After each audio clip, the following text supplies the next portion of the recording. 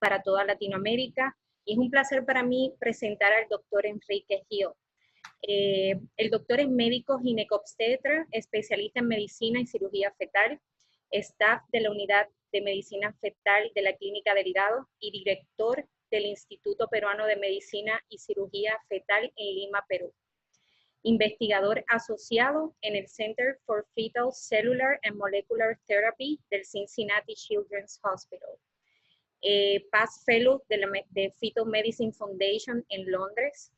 MPH de investigación clínica en Harvard School of Public Health y es PhD candidate de la Universidad Nacional Mayor de San Marcos de Lima. Para mí es un placer poder presentar al doctor Gil, contar con usted. Doctor, muchísimas gracias por su participación. Puede comenzar con su presentación. Muchísimas gracias a ustedes por la invitación. Para mí no solamente es un placer, sino también es un honor poder participar de esta charla para todos los colegas de Latinoamérica y tocando un tema que considero gravitante en la salud de toda mujer embarazada, que está en relación a la ecografía del primer trimestre, más aún en las condiciones en las cuales nos estamos desenvolviendo actualmente. Entonces, para empezar, buenas noches a todos los participantes. Mi nombre, como muy bien se ha mencionado, es Enrique Gil Guevara, soy de Lima, Perú, y en esta oportunidad voy a proceder a explicar en puntos lo más sucintamente y claramente posibles la importancia de la ecografía del primer trimestre en esta coyuntura.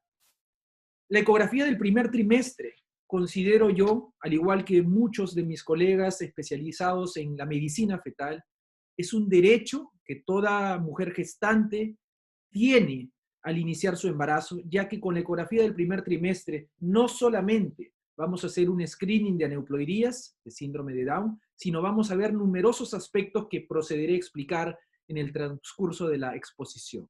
Como ustedes pueden ver en la esquina superior derecha, nos basamos para esta exposición en la inversión de la pirámide de atención prenatal promulgada por el profesor Nicolaides allá por el año 2010, donde le damos importancia suprema a esta visita de las 12 semanas para luego decidir qué hacer con la paciente de acuerdo a los riesgos tanto maternos como fetales que la paciente pudiese presentar.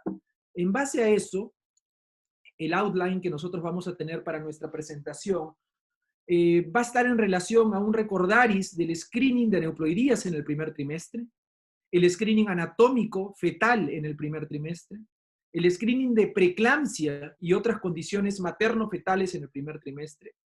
Y luego nos vamos a ir a dos puntos fundamentales como son el impacto que tiene el ADN fetal, es decir, el Cell-Free Fetal DNA en la evaluación del primer trimestre, y ahora, en estos últimos meses, cuál es el impacto que tiene el COVID-19 en la ecografía del primer trimestre. Y finalmente, haré una pregunta para poder celebrar las conclusiones de esta presentación. Empecemos. En cuanto al screening de aneuploidías, sabemos que desde los años 70 hacíamos un screening de aneuploidías basados en la edad materna y que lamentablemente hasta el día de hoy muchas veces aquellas mujeres que no tienen acceso a la ecografía del primer trimestre se sigue haciendo, que es decidir en base a un punto de corte de 35 años cuáles son aquellas mujeres que tienen mayor riesgo de tener un bebé con síndrome de Down o con alguna aneuploidía.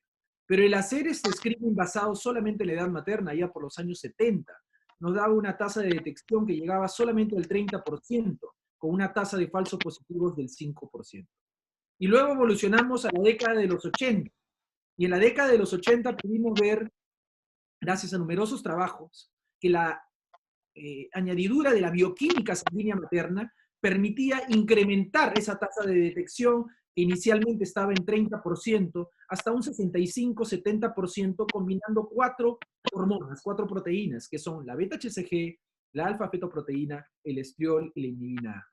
Y luego pasamos a los años 90, en que gracias al advenimiento de la ecografía como pieza fundamental en la evaluación prenatal, tuvimos la introducción de la translucencia nucal, como ustedes pueden ver en la imagen superior izquierda.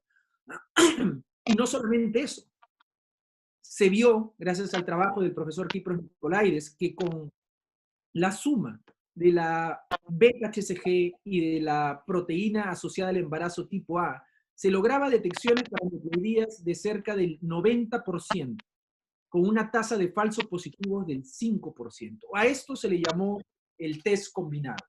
Es decir, hacíamos un screening midiendo la translucencia nucal y evaluando en la sangre materna la bioquímica sanguínea materna basada en la beta-HCG y el PAP-E. Y luego evolucionamos y nos fuimos a los años, a la década de los 2000, 2010, donde pudimos ver que no solamente utilizábamos la translucencia nucal, sino también utilizábamos otros 3 marcadores adicionales como son el hueso nasal, el flujo tricuspidio y el ductus venoso. Y combinando estos 3 marcadores junto con la translucencia nucal y asimismo la beta-HCG y el PAP-E, lográbamos una tasa de detección cuando el operador se encontraba ubicado, es decir, lo realizaba correctamente, de hasta el 97%, con una tasa de falsos positivos del 3%. Y actualmente, hace 2 domingos, se vio que con la introducción no solamente de la beta-HCG y el PAP-E, sino con la beta-HCG y el placental growth factor, lográbamos una tasa de detección en el test combinado del 89% y que era muy similar, por no decir igual, a la tasa de detección que se lograba con la beta-HCG y el PAP-E. ¿Y por qué hago esta aclaración? Porque actualmente, como mencionaremos más adelante, el placental growth factor es una proteína que utilizamos para hacer screening de preeclampsia. Por lo tanto, el ahorrarnos hacer el PAP-E y de frente ir y hacer beta-HCG y placental growth factor, que nos serviría también para hacer screening de preeclampsia, como tocaremos más adelante, nos permite también hacer un screening combinado para aneuploidías. ¿Y qué ocurre con la translucencia nucal? Que la translucencia nucal en sí representa un marcador que no solamente nos habla de aneuploidías. Y ese es el primer concepto que tenemos que entender en cuanto a la importancia de la ecografía del primer trimestre. Las implicancias de una translucencia nucal incrementada. Una translucencia nucal incrementada, de acuerdo al valor que tenga, va a tener mayor relación a defectos mayores en el feto y o a muerte fetal. Y es por esa razón que nosotros establecemos un punto de corte por sobre el cual nosotros vamos a tener indefectiblemente que estudiar más a fondo no solamente la parte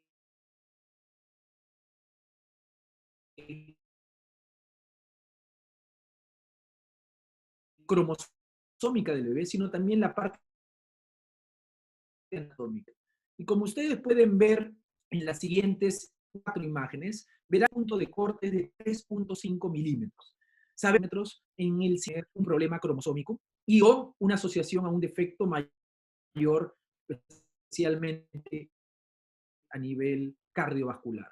Y ocurre también que existen otras formas de poder determinar el riesgo, como son a través de diversas malformaciones, entre ellas la holoprosencefalia lobar, que tiene una relación directa con trisomía 13, síndrome de Patau, el ónfalocele, que tiene relación directa con la trisomía 18, síndrome de Edwards, y la megavejiga, que si bien es cierto, como veremos más adelante, puede estar también en relación con un problema obstructivo, tiene relación. En ese sentido, pasamos al siguiente punto, y es entender que la ecografía del primer trimestre, llamada por algunos ecografía genética, no solamente se debe limitar a la evaluación de que la incidencia de 1 en 1000, pero la incidencia de la cardiopatía congénita fetal es 1 en 110, y la incidencia de preeclampsia es 4 en 100. Entonces, existen otras condiciones que ante una ecografía del primer trimestre bien hecha, nosotros podemos detectar. Y es por esa razón que mediante la ecografía del primer trimestre, nosotros vamos a poder ver también la anatomía básica que tiene ese feto. Si nosotros nos limitamos solamente a utilizar la ecografía de las 11 a 14 semanas como un parámetro para hacer screening de aneuploidías, básicamente seremos reemplazables por el ADN fetal en sangre materna.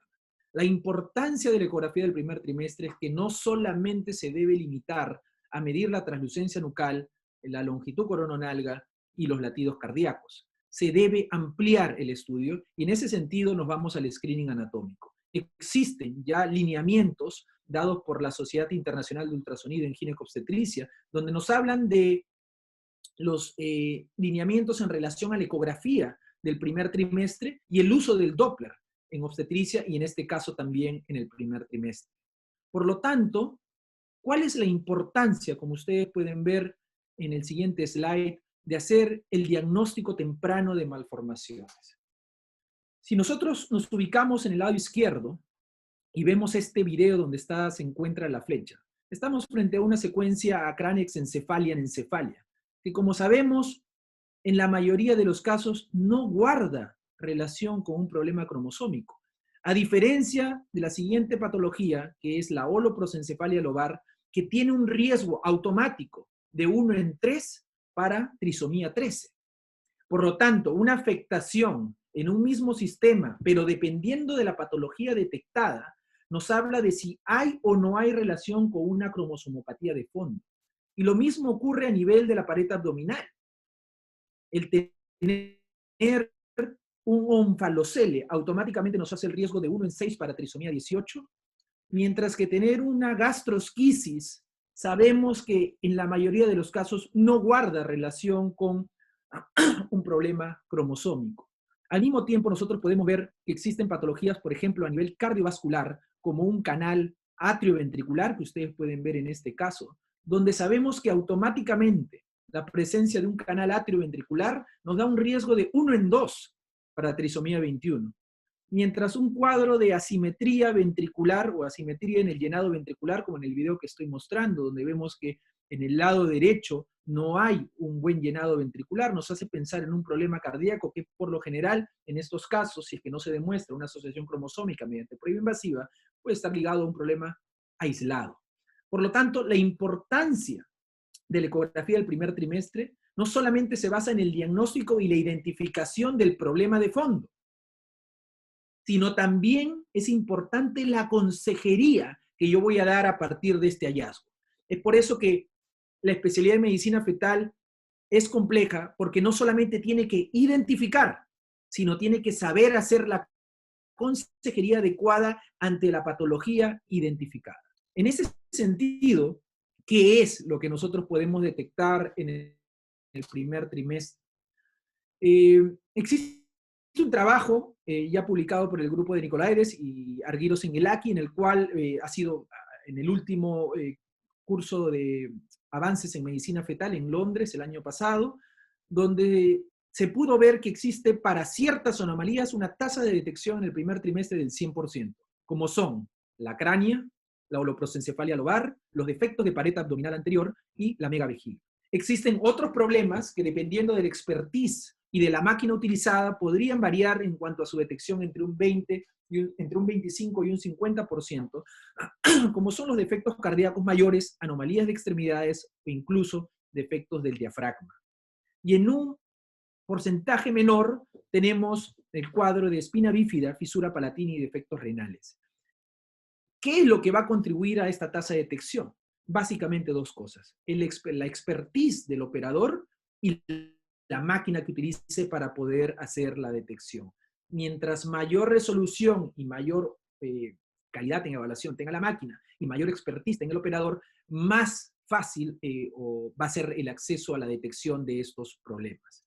Basándonos en eso, es importantísimo recordar que la medición de la longitud corononalga que nosotros utilizamos en el primer trimestre de forma rutinaria para datear la gestación, o sea, para decir cuántas semanas tiene el feto en ese momento, también nos sirve para rápidamente hacer una ojeada y ver en primera instancia si ese bebé presenta alguna anomalía mayor. ya que el plano de la longitud corononalga nos permite no solamente ver el hueso nasal, no solamente ver el paladar, no solamente ver el mentón, nos permite ver la integridad de la calota, nos permite ver el cerebro en su interior, tanto el diencéfalo, el tallo cerebral, el cuarto ventrículo, la cisterna magna, obviamente la translucencia nucal, nos permite ver la columna, nos permite ver la pared abdominal interior, la vejiga e incluso el tubérculo genital. En ese sentido, también hay que ser claros que la ecografía del primer trimestre tiene unos parámetros en cuanto a medición que se hace entre 45 milímetros y 84 milímetros. Se sabe que mientras más temprano, es decir, a los 45 milímetros o 50 milímetros de edad gestacional, se haga el screening de aneuploidías, la tasa de detección va a ser ligeramente mayor a que si se hiciera a las 13 semanas o 14 semanas. Pero la tasa de detección de anomalías va a ser menor. Por lo tanto, encontrar un punto medio entre 12 y 13 semanas me parece lo más recomendable para de esa forma hacer un buen screening de aneuploidías y también poder tener una buena tasa de detección de problemas anatómicos. Estas imágenes, que son cortesía del profesor Ravi Chawi, nos hacen o nos demuestran que ante un rápido y buen examen medio sagital, yo puedo identificar patologías que son evidentes, como son la secuencia acránea-exencefalia anencefalia, un cuadro de holoprosencefalia lobar, un cuadro de megavejiga, hidrops, defectos de pared abdominal anterior, problemas en los cuales no coincide el tamaño del tórax con el tamaño de la cabeza, como en una triploidía digínica. Y luego, cuando nos enfocamos en la medición de la translucencia nucal, nuevamente, así como en la longitud corononalga, no solamente nos enfocábamos en la medición del bebé para datear la gestación, sino para ver rápidamente otras estructuras, lo mismo hacemos para la translucencia nucal. Es decir, en el perfil fetal no solamente debemos evaluar la translucencia nucal, sino, como bien marcan estos números, poder evaluar otras estructuras. En el número 1 vemos la frente, el forehead; en el número 2 el hueso nasal; en el número 3 los labios; en el número 4 el paladar; en el número 5 el mentón; en el número 6 la translucencia nucal; en el número 7 el diencéfalo; en el 8 el tallo cerebral o brainstem; en el 9 el cuarto ventrículo, también llamada translucencia intracraniana; en el número 10 el plexo coroideo del cuarto ventrículo; en el número 11 la cisterna magna; y en el número 12 el hueso occipital. Y esto nos permite básicamente detectar dos patologías que hasta hace unos años se detectaba solamente en el segundo trimestre, como vienen a ser la fisura palatina por un lado y la espina bífida por otro.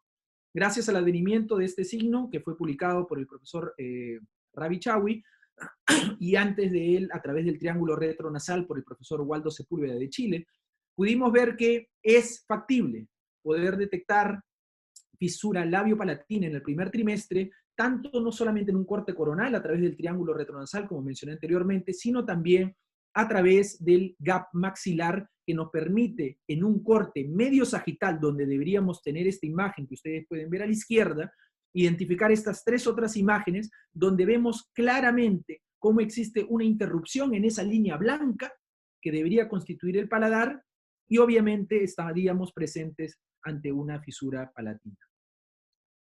¿Y qué ocurre en espina bífida?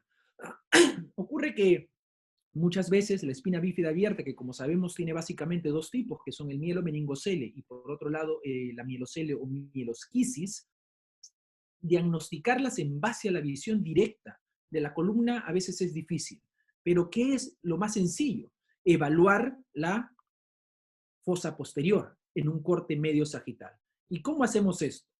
Evaluando y identificando, como le dije en el perfil fetal, el diencéfalo, el brainstem, el cuarto ventrículo y la cisterna magna.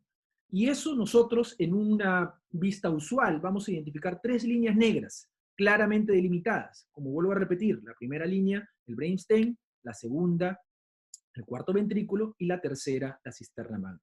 Cuando estamos frente a un cuadro de espina bífida abierta, que produce una pérdida de líquido cefalorraquídeo en la región caudal, va a hacer que la fosa posterior colapse.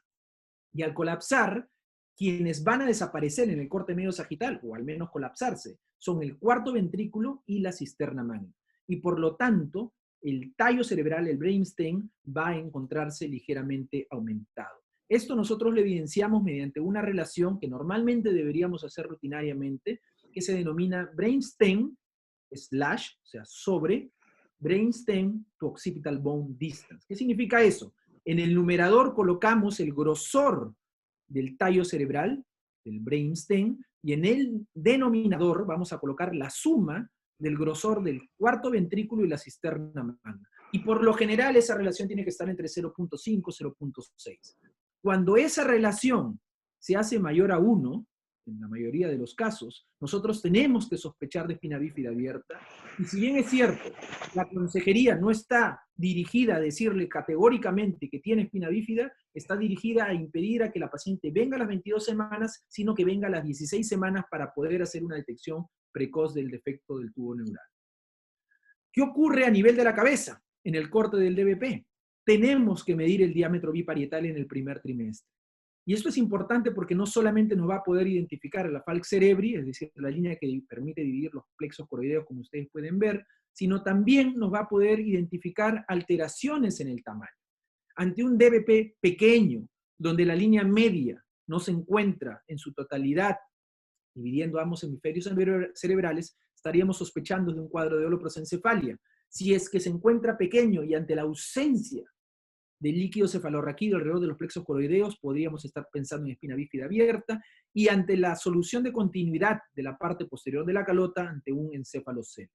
Cuando el DBP se encuentra grande o discrepante con la longitud corononalga, lo primero que podríamos pensar es en una triploidía digínica, en la cual no hay una relación entre la cabeza y la circunferencia abdominal, o en algunos casos de displasias esqueléticas letales, como la displasia tanatofórica, que podría también presentarse desde el primer trimestre. Y luego seguimos avanzando y nos vamos al tórax. Y en el tórax nosotros vamos a tener el corazón y los pulmones. Y a nivel del corazón, nosotros en el primer trimestre no podemos satisfacernos y quedarnos con solamente hacer la frecuencia cardíaca fetal. Tenemos que obtener básicamente dos vistas utilizando el Doppler color. La primera de ellas es el llenado ventricular y la segunda de ellas es el signo de la B. Mediante el llenado ventricular lo que voy a hacer es evaluar la simetría en el llenado de ambos ventrículos, y mediante el signo de la B lo que voy a hacer básicamente es evaluar a la arteria pulmonar y a la arteria aorta, saliendo obviamente del ventrículo derecho e izquierdo respectivamente. En base a eso, nosotros podemos en el primer trimestre detectar distintas anomalías con obviamente mayor o menor frecuencia. Lo normal es ver estas dos líneas rojas que nos permitan decir que hay una simetría en el llenado ventricular. ¿Qué ocurre cuando solamente veo una de ellas? Podría tratarse o de un corazón izquierdo hipoplásico o de coloquialmente también llamado un corazón derecho hipoplásico, médicamente o el término correcto, atresia pulmonar con septo ventricular intacto. Podríamos identificar también una coartación de aorta, o al menos sospecharla ante la asimetría en el llenado ventricular, o en algunos casos, como cuando hay sospecha de trisomía 21, pensar en un canal atrioventricular. De hecho, algunas otras anomalías, como el Epstein, que constituye la atrialización ventricular derecha, también podríamos sospecharla simplemente evaluando estas dos líneas rojas que constituyen el llenado ventricular. Por lo tanto, el primer mensaje con respecto a la primera vista es conseguir un plano transversal correcto, no oblicuo, que nos permita a nivel del four chamber view, que en el caso del primer trimestre nos permita a través del estudio color Doppler identificar una simetría en el llenado ventricular. Y cuando subimos y deberíamos evaluar el signo de la B chica, nosotros también vamos a poder tener situaciones en las cuales no podamos identificar esta B, esta V formada, como les dije, por la arteria pulmonar y la arteria aorta. Debido a que en algunos casos, como en el caso de un corazón izquierdo hipoplásico, vamos a tener atresia aórtica, es decir, va a haber un flujo reverso, no van a tener el mismo color, ya que hay flujo reverso, como mencioné anteriormente, o en el caso de una coartación de aorta, donde hay una discrepancia en la simetría de los vasos, juntamente con aliasing, que nos haga pensar en este caso en coartación de aorta, o cuando no se forme la B, en casos de interrupción de arco aórtico, o en algunos casos cuando sea más bien la pulmonar la que no tenga el mismo llenado que la aorta, pensando en Fallot. Y lo que es a veces usualmente también identificable en el primer trimestre, en vez de ver el signo de la B, ver el signo de la U, por el cual nosotros tenemos no el arco aórtico pasando por el lado izquierdo de la tráquea, sino pasando por el lado derecho, lo cual constituye el arco aórtico derecho. y en el caso de una levotransposición de los grandes vasos, ver solamente uno de ellos, que viene a ser la aorta, ya que la pulmonar salió tempranamente del ventrículo izquierdo. En algunos casos, cuando la paciente y el hábito materno lo permiten, y obviamente también la resolución del equipo, podríamos identificar incluso una arteria subclavia derecha aberrante desde el primer trimestre. El mensaje nado ventricular y el signo de la B para poder determinar que los vasos se encuentran completamente normales. Y luego bajamos y nos vamos al abdomen, a los riñones, donde tenemos que identificar el estómago, la cámara gástrica, donde tenemos que identificar la vejiga y las arterias umbilicales alrededor de la misma, donde tenemos que identificar la inserción del cordón umbilical a nivel abdominal y donde en un corte coronal, a nivel, como ustedes pueden ver, del número 4, los dos riñones, que, como les vuelvo a repetir, son visibles quizás recién, dependiendo de la resolución, a partir de las 13 semanas, desde una longitud corononalga de 65 milímetros, y si se hace a las 12 semanas o incluso un poco antes, con 45, 50 milímetros de longitud corononalga, no sean tan fácilmente identificables. Y precisamente al hacer estos cortes a nivel abdominal vamos a poder detectar defectos de la pared abdominal, como un onfalocele o como la gastrosquisis. Y finalmente nos vamos a la megavejiga, es decir, alteraciones en la vejiga. Y este cuadro, que no lo mencioné al inicio, cuando hablamos de la consejería en los distintos hallazgos, nos hace pensar, como ustedes pueden ver aquí en la imagen de la izquierda, consideramos megavejiga cuando esta tiene más de 6 milímetros o cuando se constituye o tiene un tamaño mayor al 10% de la longitud corononalga. Pero ¿qué es lo que ocurre? Que incluso en una misma patología, dependiendo del tamaño, va a variar la consejería. Es decir, si yo tengo una megavejiga que se encuentra entre 6 y 12 milímetros, muy probablemente esté ante un problema transitorio y muy probablemente sea normal. Y en segundo lugar, un problema de cromosomopatías. En cambio, cuando me encuentro con una vejiga que se encuentra mayor a 12 milímetros, o incluso, como lo publicaba en el trabajo de Katia Vilardo hace 2 años sobre evaluación de megavejiga en el primer trimestre, mayor a 15 milímetros, estamos en un 90% de los casos frente a un problema obstructivo bajo. Entonces, el mensaje de esta diapositiva, de este slide, es recordar que incluso en una misma patología detectada en el primer trimestre, la consejería va a variar de acuerdo al tamaño del hallazgo, en este caso a la megavejiga. Los riñones, como les dije, son visibles en una vista coronal y por lo general a partir de las 13 semanas. Y cuando vamos a la columna, debería ser evaluada en 2 vistas. En una vista medio sagital, que nos permita ver cómo esta línea blanca suprayacente a la columna, que constituye la piel, nos permita evaluar la integridad de la misma, y al mismo tiempo en un corte coronal evaluar que no haya ningún tipo de escoliosis, descartando algún tipo de hemivértebra o cualquier otra malformación que se pudiera presentar que desvíe la columna, y obviamente también las costillas. Las extremidades también deberían ser evaluadas en el primer trimestre, visualizando no solamente las extremidades superiores e inferiores, sino también las manos y los pies. El contar los dedos lo dejamos para la ecografía del segundo trimestre. ¿Cuál es el futuro? ¿Cuál es el mensaje de todo esto? El mensaje es que la tecnología está avanzando. El mensaje es que los equipos están mejorando. El mensaje es que con el advenimiento del ADN fetal, que se hace en algunos casos desde las 10 semanas, nos obliga a hacer una ecografía a las 10 semanas precisamente para poder confirmar el tamaño del feto, la longitud corononalga, y nos obliga incluso a realizar detección de algunas patologías desde antes de las 12 semanas. Este último trabajo publicado en el Ultrasound in Obstetrics and Gynecology del mes pasado, por un amigo mío, el doctor Daniel Rolnick y el grupo de Australia, nos habla de la detección de anormalidades fetales antes de las 11 semanas de gestación. Como ustedes pueden ver, la holoprosencefalia lobar en este feto de 9 semanas y media se puede identificar esta gestación monocorial con una secuencia TRAP a las 11 semanas con 42 milímetros de longitud corononalga en el feto bomba, se puede identificar e incluso en este feto de 11 semanas, aquí antes de los 45 milímetros, se puede ver cómo la vejiga tiene una comunicación con un quiste cordón umbilical, en este caso en relación a una persistencia del uraco, y que posteriormente se confirma en una imagen a las 12 semanas. El mensaje es, la ecografía del primer trimestre no solamente sirve para hacer screening de aneuploidías. De hecho, la importancia ante el mejoramiento que tiene la resolución de nuestros equipos nos obliga a hacer la evaluación anatómica básica desde las 12 semanas. ¿Y qué más tenemos que hacer con una ecografía o en una ecografía del primer trimestre? Hacer un screening de otras condiciones, en este caso materno-fetales. Y sabemos que la preeclampsia es una condición que afecta al 4 a 8, entre el 4 y el 8% de las gestantes y nos permite determinar un riesgo a priori a través de las características maternas, historia médica, historia obstétrica, que es como normalmente el Colegio Americano de Ginecobstetricia y las guías NICE de Londres, del Reino Unido, hacen el riesgo para, la evaluación de riesgo para el desarrollo de preeclampsia.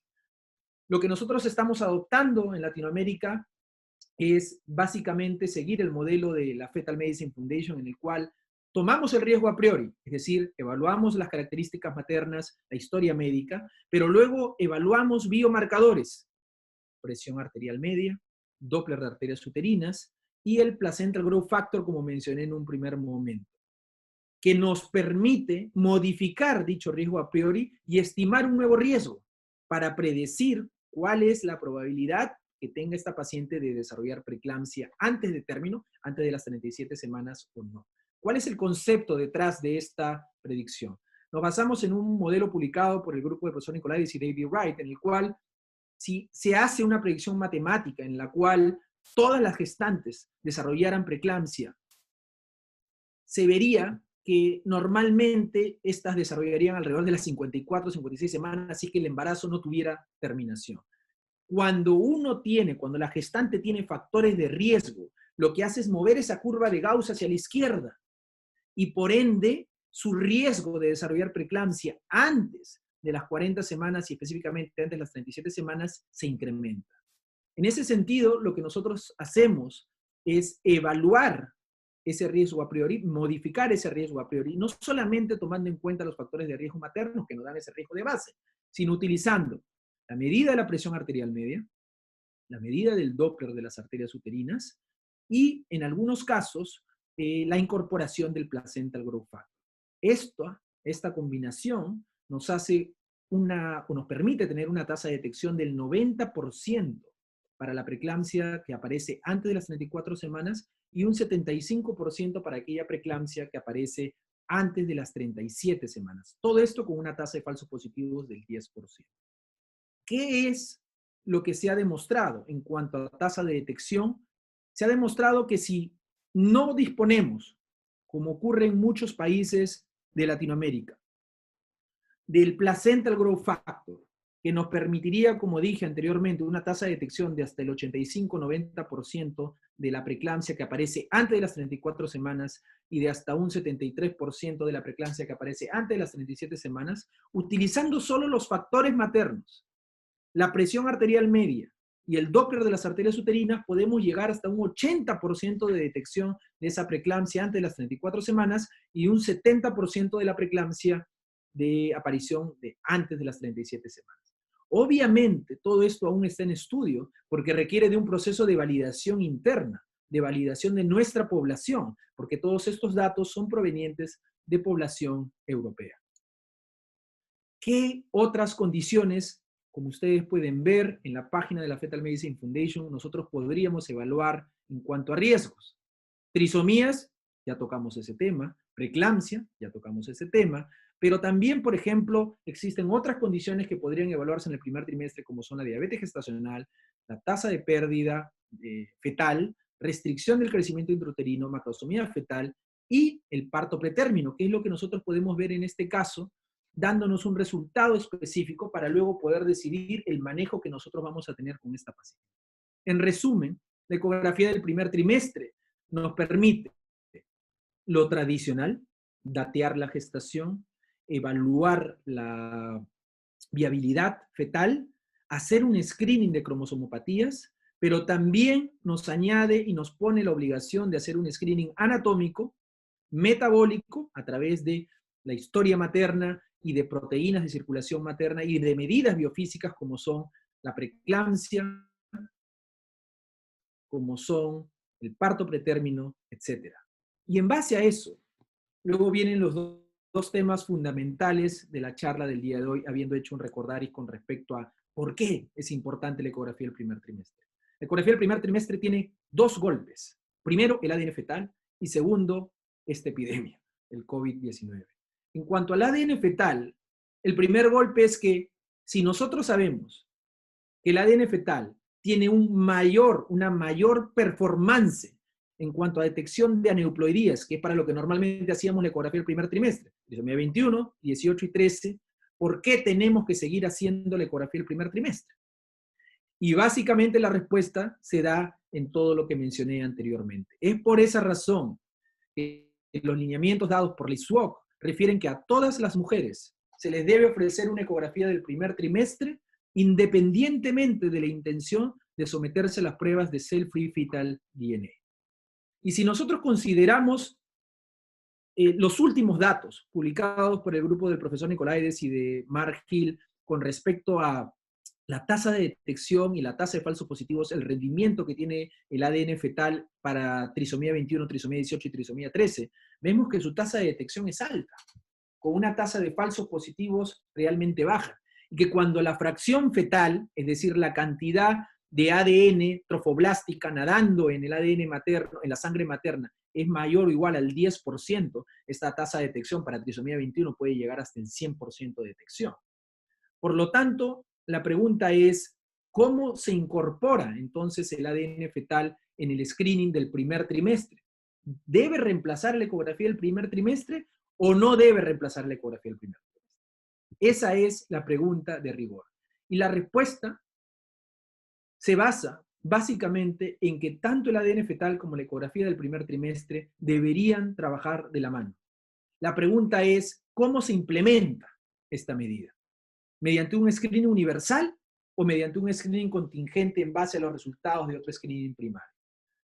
En cuanto al screening universal, considera básicamente a todas las gestantes, hacerles el ADN fetal a las 10 y 11, entre las 10 y 11 semanas de gestación, que nos permite, mediante una ecografía, como había mencionado, la viabilidad, el número de fetos, y de esa forma obtener la sangre para el ADN fetal, y luego en 2 semanas hacer la ecografía del primer trimestre ya con los resultados para evaluar, como les vuelvo a repetir, las otras condiciones como son la parte anatómica fetal y las condiciones materno-fetales tipo preeclampsia. Lo que se pudo ver es que la tasa o el rendimiento que tiene esta combinación es sumamente alto cuando se logran los resultados del cell-free fetal DNA. Pero ¿qué ocurre con el ADN fetal? El ADN fetal en realidad no es ADN fetal, en realidad es ADN trofoblástico, es decir, se evalúa el ADN del trofoblasto circulando por la placenta, lo cual quiere decir que aquellas condiciones que disminuyan la circulación de ADN trofoblástico en sangre materna van a alterar los resultados, como son el estatus de fumador, la obesidad y algunas trisomías, como son la trisomía 18 y trisomía 13, que tienen placentas pobres, placentas pequeñas, y que por lo tanto puede ser que el cell-free fetal DNA no nos diga si es positivo o negativo, o sea, si es normal o patológico, sino que simplemente nos responda como no call, no resultados, no resultados. Y esto se puede dar hasta en un 4% de los casos, e incluso no resultados hasta en una segunda retoma, hasta en un 2% de los casos. Y es por esa razón que es importante entender que en estos casos donde no hay resultados, tenemos que sospechar muy probablemente que hay alguna trisomía que esté causando que no haya una buena circulación trofoblástica en sangre materna. Cuando nosotros hablamos del screening contingente más dirigido al ámbito público, consideren hacer la ecografía del primer trimestre y en base a los resultados que tengamos en esa ecografía del primer trimestre, o sea, un riesgo a priori, tengamos 3 grupos, 3 tiers, alto, moderado o bajo en cuanto a riesgo. Si el riesgo es alto, normalmente mayor a 1 en 10, se recomienda directamente hacer una prueba invasiva porque por lo general hay numerosos signos o incluso malformaciones que nos digan que claramente ese bebé tiene algún problema y por lo tanto no deberíamos hacer el ADN fetal, sino directamente ir a una prueba invasiva. En el 87% de los casos, cuando el riesgo es bajo, no tenemos que hacer el ADN fetal porque necesariamente no va a modificar mucho el riesgo, ya que es muy probable que salga negativo al encontrar todo completamente normal. Pero va a haber un grupo de riesgo moderado en el cual nosotros, para evitar las pruebas invasivas, realizamos este ADN fetal. Y si saliera negativo, obviamente ya no se hace nada más, porque el ADN fetal lo que hace es también modificar el riesgo a priori, y si sale positivo, realizar la prueba invasiva. Entonces vamos a ir ahora con dos casos de la vida diaria, o sea, de lo que ocurre. Paciente que viene con un resultado de ADN fetal patológico, trisomía 13. Trisomía 13. Se hace el ADN fetal a las 10 semanas, sale trisomía 13 y viene a hacerse la ecografía precisamente para poder encontrar o confirmar estos hallazgos y luego proceder a la terminación de la gestación. Lo sorprendente, como les vuelvo a repetir, es que en algunos casos, como en este, nosotros podemos ver cómo al hacer la ecografía del primer trimestre, con 45 milímetros de longitud coronal, en este caso la señora quería cuanto antes hacer la evaluación, porque el hueso nasal está presente, el paladar está íntegro, el mentón normal, la translucencia nucal luce normal, hay integridad de la calota, no hay signos de holoprosencefalia.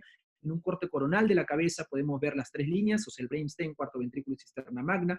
La impresión que tenemos en la imagen volumétrica es normal, ductus venoso luce normal, las órbitas se encuentran normales, la imagen de la longitud corononalga para 45 milímetros luce bien, la frecuencia cardíaca no se encuentra por encima de 180 latidos por minuto, que es lo que uno podría pensar cuando estamos frente a una trisomía 13, que básicamente se caracteriza en el primer trimestre por dos cosas, es decir, holoprosencefalia e incremento de la frecuencia cardíaca fetal. Y a nivel cardíaco, podemos ver lo que les había dicho también anteriormente, el llenado ventricular mediante la evaluación del color Doppler y el signo de la B que nos permite evaluar la arteria pulmonar y la arteria aorta. Entonces tenemos una ecografía que nos dice que todo está normal y tenemos un ADN fetal que nos dice que hay trisomía 13. Y aquí tenemos dos responsabilidades. Lo primero es hacer la consejería a la paciente y explicarle qué es lo que está pasando. Y lo segundo es tomar una decisión sobre qué vamos a hacer para confirmar este caso. Entonces uno razona en ese momento y se da cuenta que existen ciertos casos en los cuales, al considerar que el ADN fetal no es ADN fetal, sino es ADN trofoblástico, pudieran haber algunas discrepancias entre la placenta y el feto. Porque si vemos acá las imágenes, miren cómo, después les voy a contar qué es lo que hicimos con esta paciente, vemos el crecimiento de este feto, ya nació, todo normal. Vemos que hasta las 36 semanas la curva de crecimiento fue completamente normal. Vemos que piernas y brazos estuvieron completamente normales, y en el control a las 16 semanas el cabo del septi pellucidi y la falx cerebri se encuentra presente sin ninguna alteración. Entonces, ¿qué es lo que ocurrió aquí? Lo que ocurrió aquí es que existen ciertas aneuploidías, como son trisomía 13, trisomía 18 y síndrome de Turner, que provocan algo llamado mosaicismo confinado a la placenta, lo cual origina que la prueba del ADN, entre comillas, fetal, que como les digo en realidad es ADN trofoblástico, haga que salga patológico. Y por lo tanto, como sabemos, toda prueba positiva en el cell-free fetal DNA tiene que confirmarse. Si nosotros hiciéramos a esas 12 semanas una biopsia corial, muy probablemente también va a salir anormal y tomemos una decisión errada, como sería en este caso la terminación de la gestación. Entonces, lo que hay que hacer en estos casos es esperar hasta las 16 semanas y hacer una amniocentesis para realmente evaluar al feto. Y de esa forma poder decidir qué es lo que hicimos con esta paciente. Es decir, esperamos hasta las 16 semanas, evaluamos hicimos la amniocentesis y el resultado fue un feto con un cariotipo normal.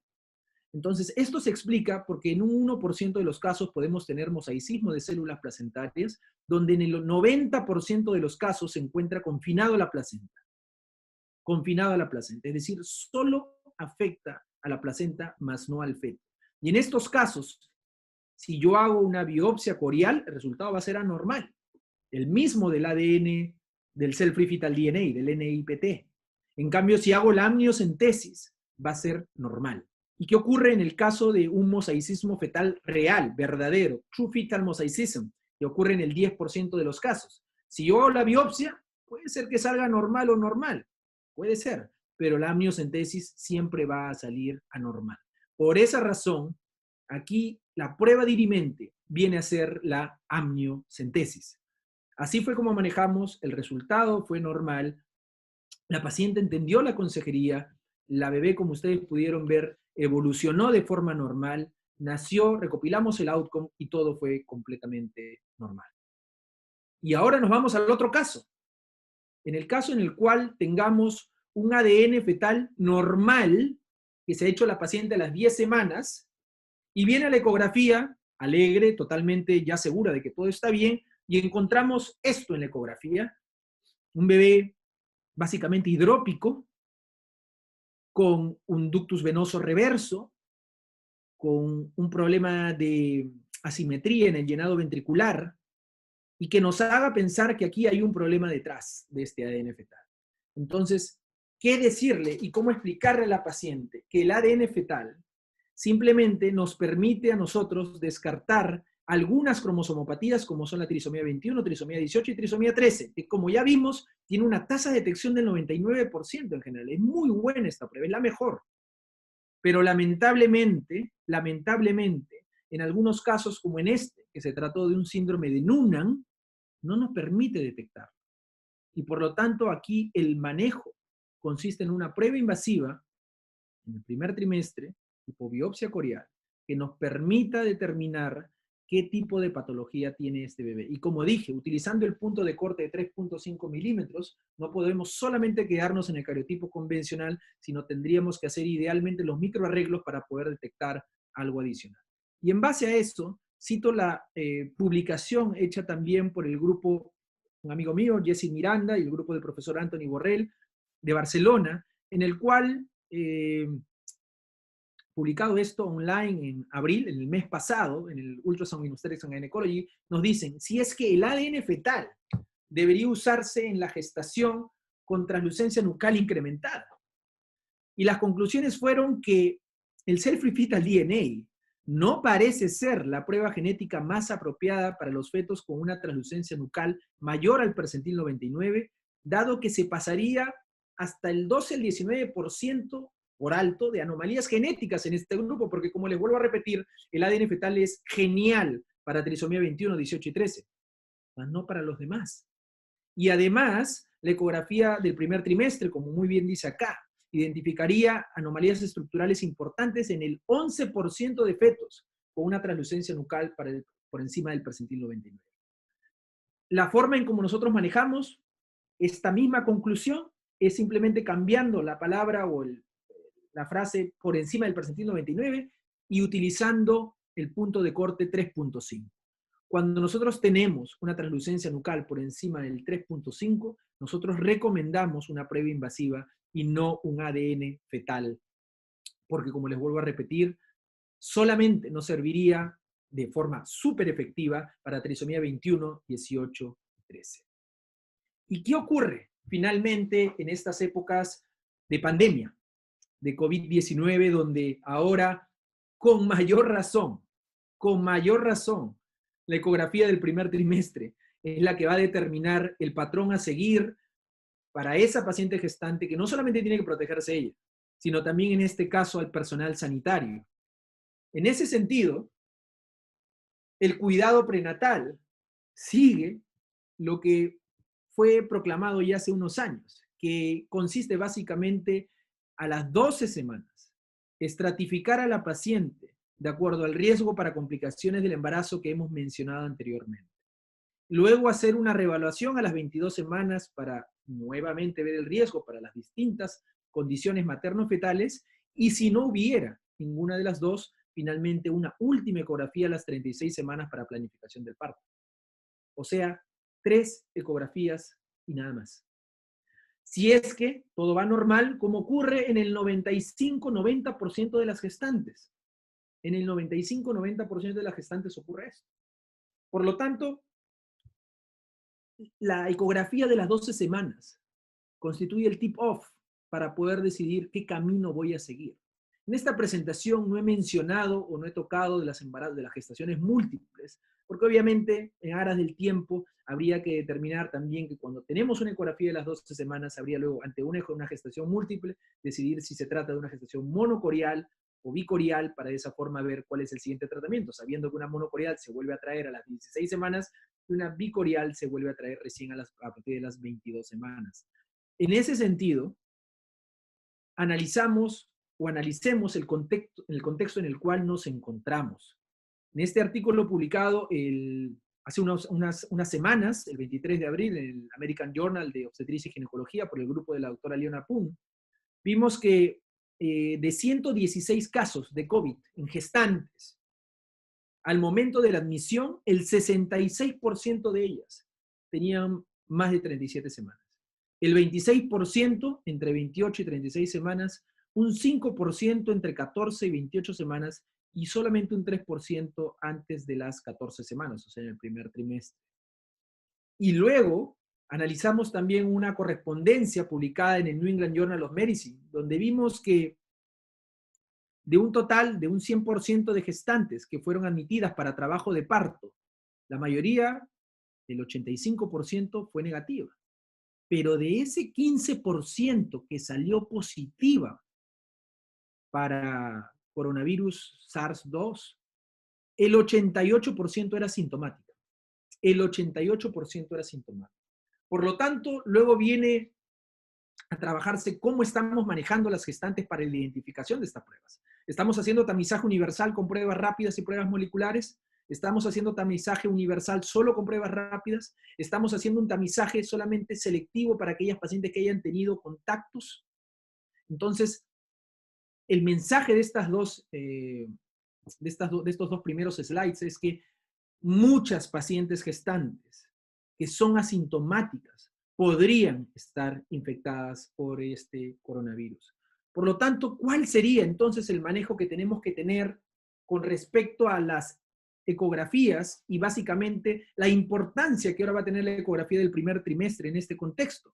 Es en aquellas pacientes de bajo riesgo, prevención del contagio fundamentalmente, y en aquellas pacientes con alto riesgo, hacer un seguimiento que nos permita, obviamente, controlar no solamente a la madre, sino también al feto. Por eso que esta ecografía del primer trimestre necesita obligatoriamente no solamente la evaluación de aneuploidías, sino la evaluación anatómica del feto y de la madre, para poder determinar cuáles van a ser las siguientes ecografías.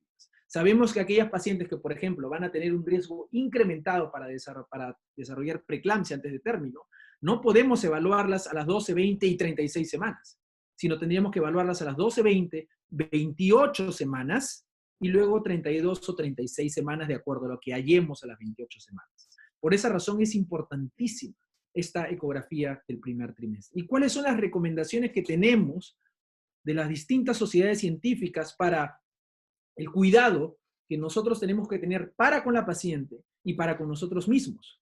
Estas dos slides que voy a presentar, que fueron cortesía de un colega y amigo mío, el doctor David Campodónico, de Lima, Perú, nos muestra que en aquellas pacientes en las cuales hacemos la ecografía del primer trimestre y no tienen síntomas, y no hay síntomas, nosotros deberíamos usar mascarillas N95, guantes, zapatos descartables o en algunos casos, aquellos que no llevemos a casa, scrubs y nada más. En aquellas pacientes que siendo asintomáticas tengan contactos positivos, tenemos que usar todo lo anterior, es decir, mascarilla N95, guantes, scrubs, pero aparte vamos a añadir protectores de la conjuntiva ocular, al igual que gorra. Y en algunos casos, si es posible, estos mamelucos que cubren toda la ropa que nosotros en ese momento estamos utilizando. ¿Y qué hacer cuando nos enfrentemos con o hagamos una ecografía del primer trimestre en una paciente que sea COVID-19 positiva? No solamente usar mascarillas N95, guantes, gorras, scrubs y visores, sino también añadir trajes descartables que nos cubran totalmente la ropa que nosotros estamos utilizando, que nos protejan, no solamente, como vuelvo a repetir, la posibilidad de contaminarnos directamente a través de los aerosoles, sino también incluso a través de las manos, porque como les vuelvo a repetir, es importante recordar que a veces inconscientemente nos tocamos la cara y si no tenemos un visor, podríamos, en el caso de una paciente con COVID-19, contagiarnos. Entonces, lo que nosotros estamos haciendo, tanto en Clínica Delgado, en Lima, Perú, como en el Instituto Peruano de Medicina y Cirugía Fetal, para el manejo ecográfico en el primer trimestre, es utilizar protectores no solamente de la vía nasal y bucal, sino también de la conjuntiva ocular. El problema es que si utilizamos esos visores que tienen presión, que tienen ventosa, muchas veces se empañan. Y en otros casos, esos cascos que tienen visor delantal también se empañan. Entonces, estas máscaras full face, que si bien es cierto, nos protegen a nosotros de quedar contagiados, más no de contagiar por la válvula de exhalación, nos permiten la visualización clara de la pantalla sin necesidad de empañamiento en cuanto a la protección personal. Y en cuanto al equipo, lo ideal es utilizar estos wipes que tengan alcohol isopropílico al 70% o soluciones de glutaraldehído al 2%, que nos permitan limpiar entre paciente y paciente para poder ofrecerles también a ellas una seguridad en cuanto a esta infección. Y finalmente, el tiempo. Antes de esta infección, normalmente una ecografía del primer trimestre, evaluando no solamente aneuploidías, sino también el aspecto anatómico fetal, sino también la parte de condiciones materno-fetales, nos tomaba 30 minutos. Ahora, ante esta epidemia, tenemos que ser más expeditos, más eficientes, y lo ideal es realizar estas pruebas entre 10 y 15 minutos. Es por esa razón que es cuando más tenemos que sacar toda nuestra practicidad para estar seguros de que ese bebé se encuentra o cumple con los criterios de satisfacción para el primer trimestre. Y esto lo podemos hacer porque uno piensa 10, 15 minutos es muy poco. En realidad, utilizando 4 tipos de sets para la evaluación en una ecografía del primer trimestre. En el primer set, hacer un barrido transverso y sagital del útero para evaluar los componentes no fetales: líquido amniótico, placenta, presencia de miomas a nivel cervical, longitud cervical en el caso de que la vejiga se encuentre llena, y obviamente también los anexos. En el set 2, nos vamos al feto, ubicamos el plano, es decir, un plano donde no se encuentre oblicuo, sino completamente laying down, horizontal, flat, y hacemos un barrido transverso. Hacemos un barrido transverso del feto desde la cabeza hasta las extremidades inferiores y que nos permita rápidamente al ojo identificar alguna anomalía que sea evidente. Finalmente nos vamos al set 3, que es identificar el corazón fetal, no solamente para medir la frecuencia cardíaca, sino, como les dije, evaluar las 4 cámaras a través del Doppler color, mediante el llenado ventricular, las 2 líneas rojas que mencioné, y la vista de 3 vasos tráquea, donde lo que tenemos que ver es el signo de la V, el signo de la V, arteria pulmonar, arteria aorta, y esto solo con Doppler color. Y finalmente el set 4, porque muchas veces alguien va a decir, doctor Enrique, pero muchas veces el bebé no se encuentra en la posición correcta, y eso es totalmente válido.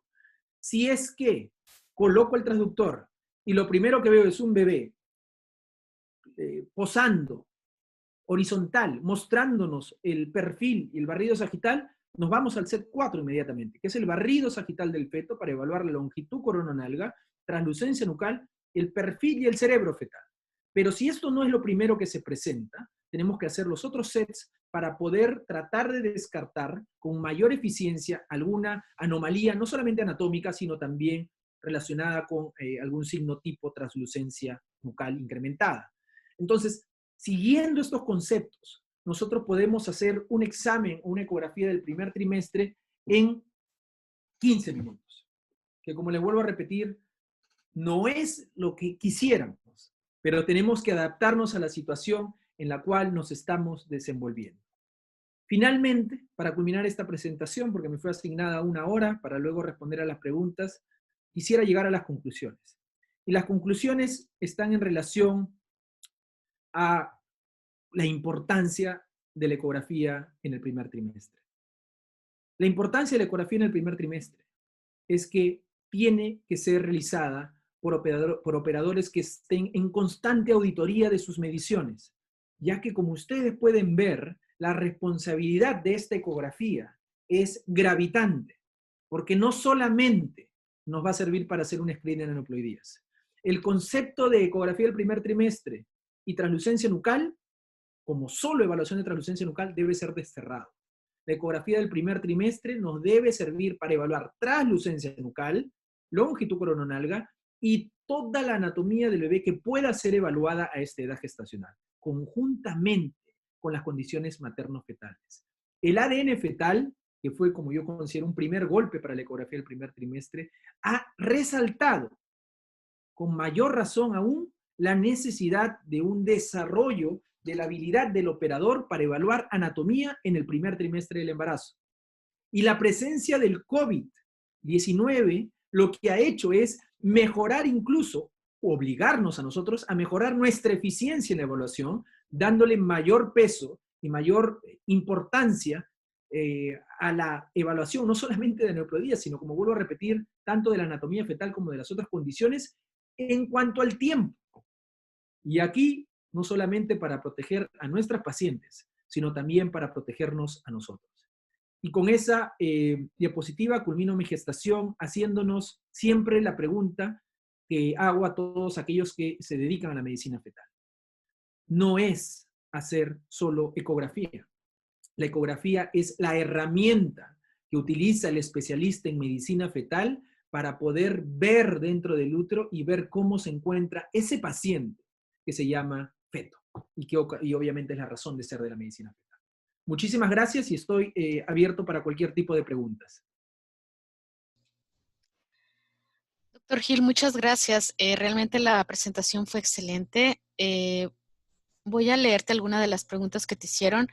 Si tú en algún momento me comentas que ya pues estamos fuera de tiempo, me dices, te puedo hacer llegar las preguntas también. No tengo yo ningún problema. Estoy abierto para todas las preguntas. Puedo responder todas las preguntas. Perfecto. Esta fue una pregunta anónima. Quisiera saber si el screening lo hace utilizando los marcadores menores o solo lo agregan a un grupo intermedio, en el grupo intermedio, perdón. Esa es una muy buena pregunta. Es una muy buena pregunta porque el utilizar el ductus venoso, el hueso nasal y el flujo tricuspidio es utilizar una espada de Damocles. ¿Qué significa eso?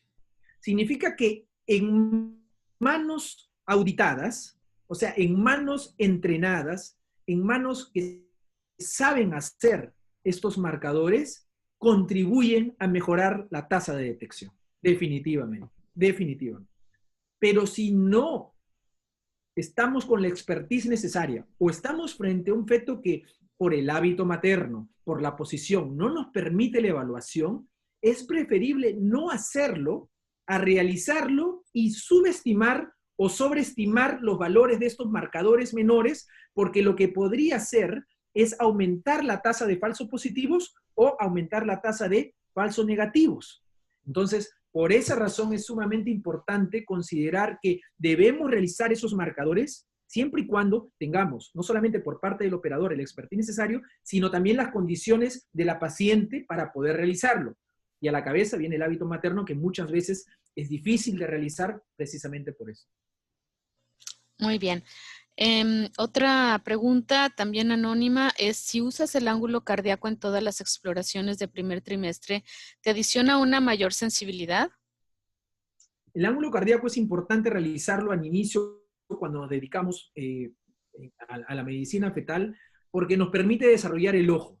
Es decir, uno se da cuenta inmediatamente cuando un corazón se encuentra desviado a la izquierda o cuando se encuentra desviado a la derecha, pero esto es porque al inicio has estado midiendo y midiendo y midiendo, y luego solo cuando al ojo, a la visión, te llama la atención, realizas la medición para ya tener una medición exacta. Recordemos que en esta coyuntura tenemos que limitar mucho nuestras mediciones y las exploraciones del primer trimestre tienen que ser realizadas ahora por personal ya entrenado. No podemos dejarlas para trainees y luego la revisión. Lamentablemente, ahorita la coyuntura no nos permite tomarnos mucho tiempo por lo ya expuesto. Muy bien. Para el primer trimestre, en un equipo GE, ¿es mejor Doppler color o Doppler poder? ¿Y cómo lo optimiza usted? Excelente pregunta. Excelente pregunta porque es la realidad. Normalmente yo pongo las imágenes del Doppler color, pero lo que suelo utilizar es el Power Doppler. Primero utilizo el Power Doppler, bajo mi PRF, y lo otro que suelo hacer es aumentar disminuyo ligeramente la ganancia para poder resaltar mejor la visión. Recuerden que mi intención en el primer trimestre no es visualizar el corte de 4 cámaras y el corte de 3 vasos tráquea sin el Doppler color. Eso es para el segundo trimestre. Yo lo que quiero visualizar son las imágenes, ya sea en Doppler color o en Power Doppler, utilizando obviamente esta herramienta. Entonces, bajo la ganancia, bajo ligeramente el PRF, puede ser 3.2, puede ser 4, y ubico esas imágenes. Yo no evalúo el corazón, o sea, al inicio sí se hace para poder evaluar la cruz del corazón si es que se pudiese ver, pero eso normalmente se hace cuando el feto tiene más de 7 centímetros de longitud coronal. Si tiene 55 milímetros o 45 milímetros, como vimos en un caso, es sumamente difícil, y como les vuelvo a repetir, en la situación en la cual estamos, es imperante ver las 2 líneas rojas y el signo de la B. Muchas gracias. La doctora Lluvia Amaya nos pregunta, buenas tardes, primero agradece la ponencia, la excelente ponencia, y quisiera preguntar, ¿qué opina acerca del uso del Doppler de hepáticas para el riesgo de cromosomopatía? Es una muy buena pregunta porque se utilizó el Doppler de la arteria hepática, como sabemos, en el primer trimestre, y por anatomía, la arteria hepática constituye una de las ramas del tronco celíaco, que es una de las primeras ramas que sale a nivel abdominal de la aorta. El tronco celíaco da 3 ramas, la arteria hepática, la arteria esplénica y la arteria coronario-estomáquica, o también llamada gástrica izquierda. A nivel fetal de 12 semanas, la esplénica y la coronario-estomáquica o gástrica izquierda ni aparecen, porque la que domina es la hepática. Recuerden que el centro hematopoiético a las 12 semanas lo tiene el hígado. Entonces, la arteria hepática es la que domina. Esa arteria hepática se encuentra en un corte medio sagital exactamente debajo del ductus venoso. Exactamente debajo del ductus venoso. Entonces, se publicó un trabajo por la Fetal Medicine Foundation donde se vio que aquellas pacientes que tenían, utilizando un PRF de 2, con un gate de 2 milímetros, y que tenían un índice de pulsatilidad menor a 2, es decir, una resistencia disminuida, había un mayor riesgo para trisomía 21. Lamentablemente, cuando se incorpora la evidencia estadística, no le ha dado poder a este marcador y por lo tanto no se utiliza actualmente para screening de nucleoides. Ok. Bueno, el doctor Diego, no sé si se pronuncia de alguna manera, pero dice Polanía. Él nos comenta que uno de los inconvenientes del ADN fetal es el costo. En Colombia esta prueba sale entre $800 a $1,000, por lo cual es mucho menos costoso hacer un eco. No sé si pasa lo mismo. Totalmente de acuerdo. En Perú la básica está en $950 y la que hace la Plus, que hace las de lesiones, vale $1,000 en Perú. ¿Y cuál es el problema? Que muchas gestantes creen que al hacerse la Plus se están haciendo algo mejor, pero en realidad tú aumentar más cosas en la medición, en el cálculo, incrementas también la tasa de falsos positivos. Entonces muchas veces obtienen resultados positivos que en realidad son falsos y que obligan a la paciente terminando haciéndose la prueba invasiva. Insisto, la importancia de la ecografía del primer trimestre entre el golpe del self-free fetal DNA es que precisamente aquellas pacientes que no tengan acceso, e incluso aquellas que se realicen el self-free fetal DNA y hayan invertido tanto dinero y salgan normal, y luego ustedes en la ecografía del primer trimestre encuentren algo anormal, pónganse en el lugar de la paciente, y obviamente existe lo que todo ser humano tiene ante una mala noticia, la negación. Yo nego lo que usted me está diciendo. Si nosotros como especialistas en medicina fetal no tenemos las suficientes armas como para poder explicarle a la paciente el por qué debemos realizar una prueba invasiva a pesar de tener un self-free fetal DNA normal, no vamos a tener llegada con nuestras pacientes. Y viceversa. Aquellas pacientes que tengan un ADN fetal anormal y que de frente decidan hacerse la terminación del embarazo sin siquiera seguir por una prueba invasiva, obviamente también no vamos a poder lograr el objetivo que nosotros queremos, es cuidar la salud del feto en un caso en el cual está completamente normal. Por lo tanto, insisto, que la importancia de hacer ecografía es gravitante. pero también lo es la forma en que nosotros le hablamos a la paciente, y para eso tenemos que saber usar la consejería, saber manejar datos para poder expresarle a la paciente en un lenguaje coloquial, porque no es un lenguaje científico como el que nosotros estamos hablando. No se le puede decir a la paciente tasa de detección, tasa de falsos positivos. Tenemos que hablar de forma clara para que la paciente nos pueda entender. Claro. El doctor Juan Caripidis nos comenta que en los países en los cuales no hay legislación de interrupción, bueno, más bien nos pregunta, ¿qué importancia tendría realizar entonces el screening o detección de ADN fetal? El screening de aneuploidías, en general, como te vuelvo a repetir, es parte de. Y justo ayer estábamos en una charla organizada por una amiga mexicana, Rosario García Mandujano, en la cual un amigo mío, el doctor Adolfo Chegaray de Argentina, mencionó algo sumamente importante.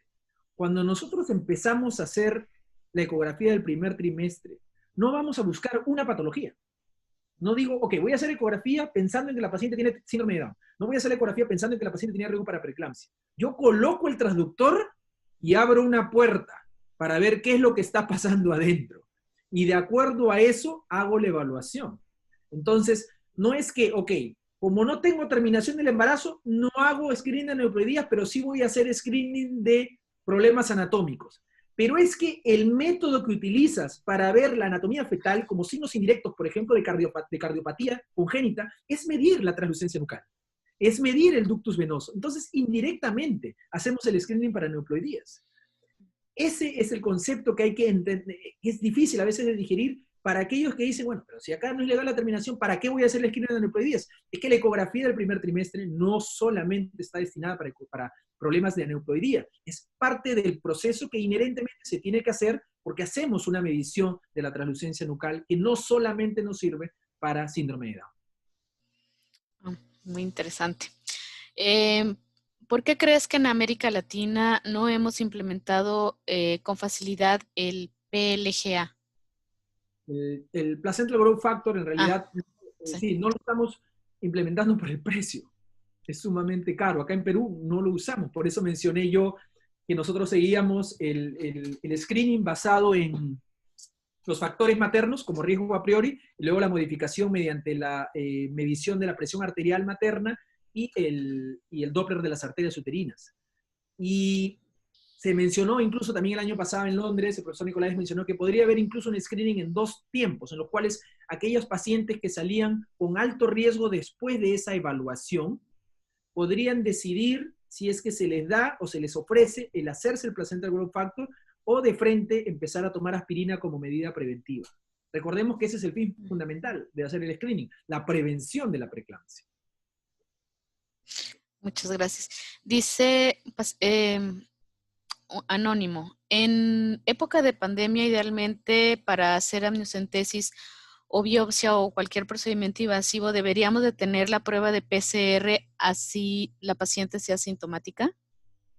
Una muy buena pregunta. Es una muy buena pregunta porque si hacemos la analogía, de acuerdo a los últimos lineamientos que sacó la ISUOC con respecto a la biopsia corial y la amniocentesis, se vio que si hacíamos una analogía con el HIV, con citomegalovirus o con otros virus, que si bien es cierto, por ejemplo, el citomegalovirus es un ADN virus, el coronavirus tipo 2, causante del COVID-19, es un RNA virus. Entonces, ¿qué es lo que ocurre? Que se sabe que existe un término en inglés, no sabría cómo traducirlo, que se llama viral shedding, SHEDDING, que es la forma en la cual al hacer una biopsia corial, yo podría, si es que el virus se ha contaminado la aguja o no sé cómo se podría hacer, pasarlo a la placenta y luego contaminar al bebé. Entonces, por esa razón que eso se ha demostrado en el HIV, por ejemplo, que no se recomienda hacer biopsia corial, sino amniocentesis, se ha dicho que si tengo la posibilidad de hacer la prueba invasiva entre biopsia corial y amniocentesis, escoja la amniocentesis para poder evitar la prueba. Ahora bien, si la indicación está para hacer amniocentesis, hay que hacerla. Hay que hacerla. El hecho de que tengas la necesidad de prueba molecular sería lo ideal. No sé cómo estarán en precios en otros países. En Perú, la prueba rápida está a 100 soles, la prueba molecular está a 500 soles. Eso en dólares sería prueba rápida $30, prueba molecular está $180.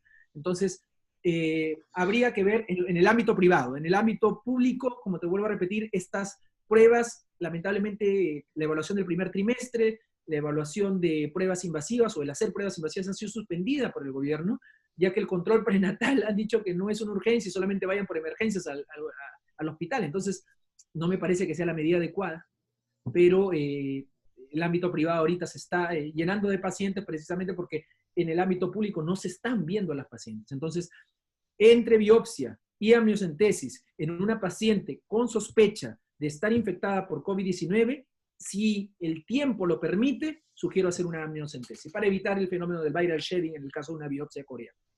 Muy bien. El doctor Héctor Torresillas te pregunta que qué máscara es esta Full Face y la marca, por favor, si se les puedes compartir. Es una máscara 3M 6800N, talla medium, que utilizo para protegerme. Uno, hay que recordar que esta máscara tiene el inconveniente que no protege a la paciente. ¿Ok? Eso es importantísimo entenderlo, porque creen que con esta máscara también protejo a la paciente. Muchas pacientes vienen, doctor, ¿qué tal máscara? No, me siento protegida. En realidad no se dan cuenta que hay una válvula de exhalación que es la que permite que la pantalla no se empañe. Por lo tanto, si vamos a usar esta máscara, es importantísimo que nosotros sepamos que no somos enemigos de la paciente y sepamos que estamos sanos. Okay. Entonces, esta máscara es para no contagiarnos por ningún motivo y tener la efectividad de poder ver la pantalla. Porque yo he experimentado que cuando me pongo la otra máscara, esta pantalla de plástico, el brillo del ecógrafo no me deja ver.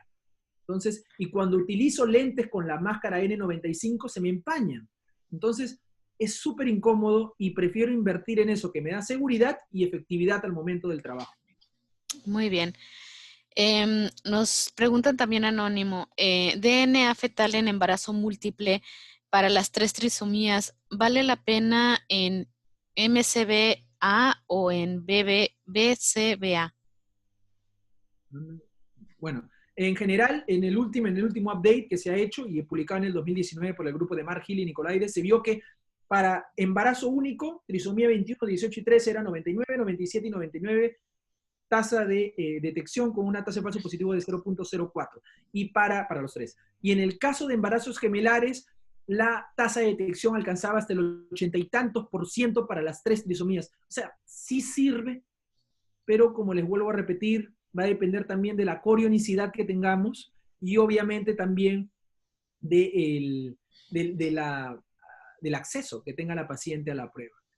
Insisto, en nuestros países de Latinoamérica, con el advenimiento del self-repeatal DNA, cobra mucho mayor importancia la ecografía del primer trimestre. Y más aún, la realización de procedimientos invasivos, que pensaron que iban a desaparecer con el self-repeatal DNA. Lo único que ha hecho el self-repeatal DNA con respecto a los procedimientos invasivos es incrementar la importancia del procedimiento invasivo, ya que ya no puedes fallar. ¿Qué significa eso? Ya no, el laboratorio ya no te puede decir, doctor, no creció la muestra de biopsia coreal, doctor, no ha habido suficiente líquido amniótico. Ya no puedes fallar porque la paciente está yendo tras un resultado positivo del ADN fetal.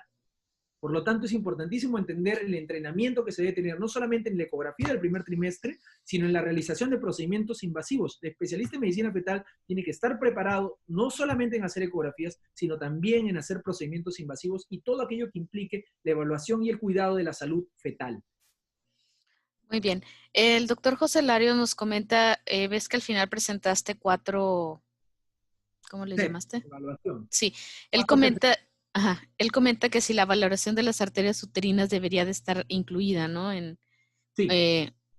Sí. Sí, de todas formas. Sí debería estar incluida, como te vuelvo a repetir, como parte del proceso de evaluación. Cabe la pena decir, y esto hay que ser bien sinceros, que el hacer una ecografía, el hacer una evaluación de arterias uterinas en el primer trimestre puede ser muy sencillo y puede ser muy complicado.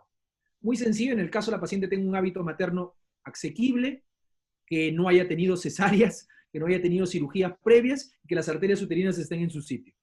Y muy difícil si la paciente tiene un hábito materno complicado, si existen miomas que desvían las arterias uterinas, o si hay cicatrices previas que nos alteran la normalidad y que nos obliguen a hacer una ecografía transvaginal, quitándonos más tiempo en evaluar las arterias uterinas que incluso la ecografía del primer trimestre. Muy bien. Preguntan también, ¿qué plus tiene la 3D en primer trimestre, STIC, corazón y TUI en neuro en épocas de no pandemia? Educación a colegas y el paciente, facilidad en la toma transvaginal y abdominal. Yo creo que en épocas de pandemia no tiene mucha utilidad en el momento, pero sí se podría hacer para poder guardar volúmenes y después analizar. Es una muy buena opción. En el caso de no pandemia, considero que deberíamos hacerlo más que nada por una cuestión de training y de docencia, pero guardarlo para después, para no emplearlo en ese momento. Simplemente adquirimos imágenes, lo guardamos, utilizamos nuestro 4D View y después hacemos docencia con eso.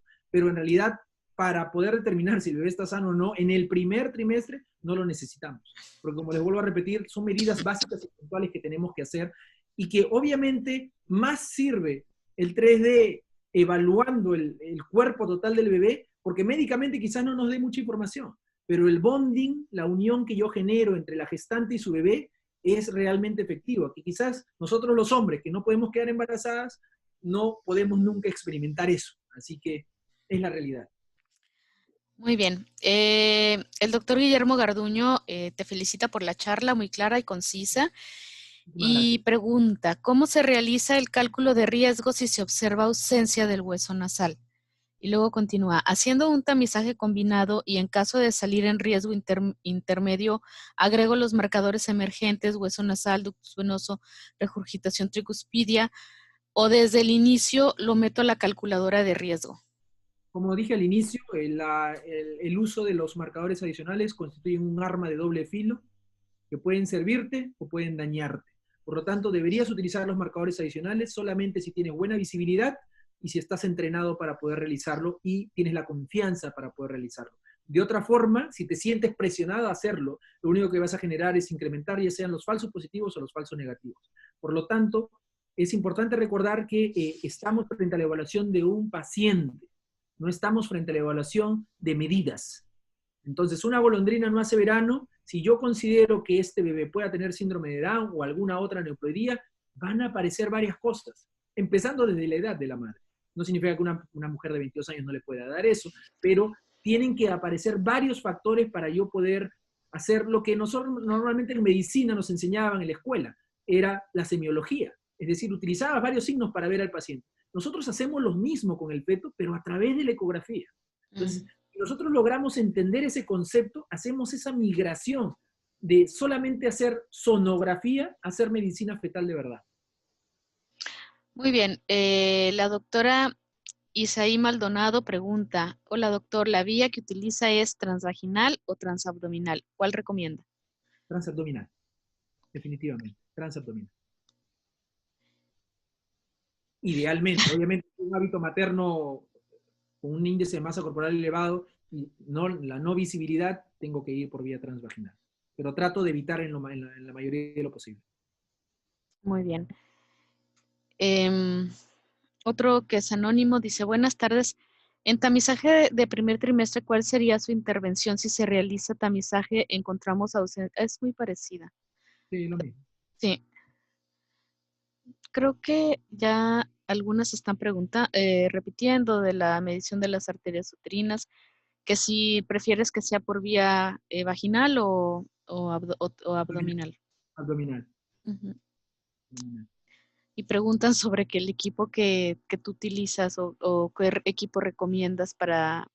Bueno, para revisar cualquier equipo que sea de alta gama, ¿no? El que yo utilizo es un Voluson E10. Sí, ¿qué equipo de ultrasonido es el más básico que se puede utilizar para obtener las imágenes de la calidad de esta ponencia? O sea, No te sabría decir porque depende mucho también de los settings con los cuales tú hagas y saques el provecho a la máquina. Uh-huh. Entonces, también depende del traductor que tengas. Entonces, de acuerdo a eso, tú puedes ir viendo a qué se te adecua. Pero lo otro son tus ojos. Los ojos son importantes. Mientras tú desarrolles más tu vista, vas a tener más. O sea, como yo le digo a mis pacientes, el tiempo que yo empleo viendo fetos al día es mayor al que yo veo seres humanos. Porque yo me demoro yo veo 10 pacientes por día. Y media hora me dedico a ver solo al feto. Y a ella la veo 5 minutos para poder hablar. O sea, me volteo a verla.